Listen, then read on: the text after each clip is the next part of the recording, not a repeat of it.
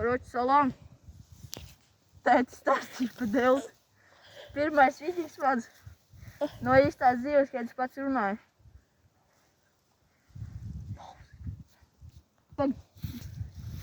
Šis mopeds ir 1991. gada.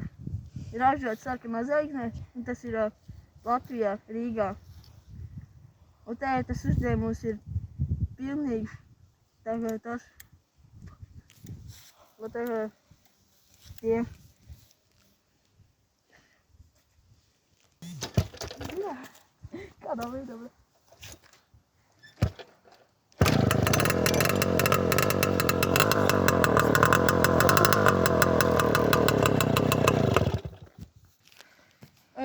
Šis motors ir V50 modernizētais ar kantaino lampu, bet viņi nopirka ar apaļo lampu. Tas nozīmē, ka viņi ir parastā delta, bez zemi. Un tā es parādīšu, kā viņi uzrūcā.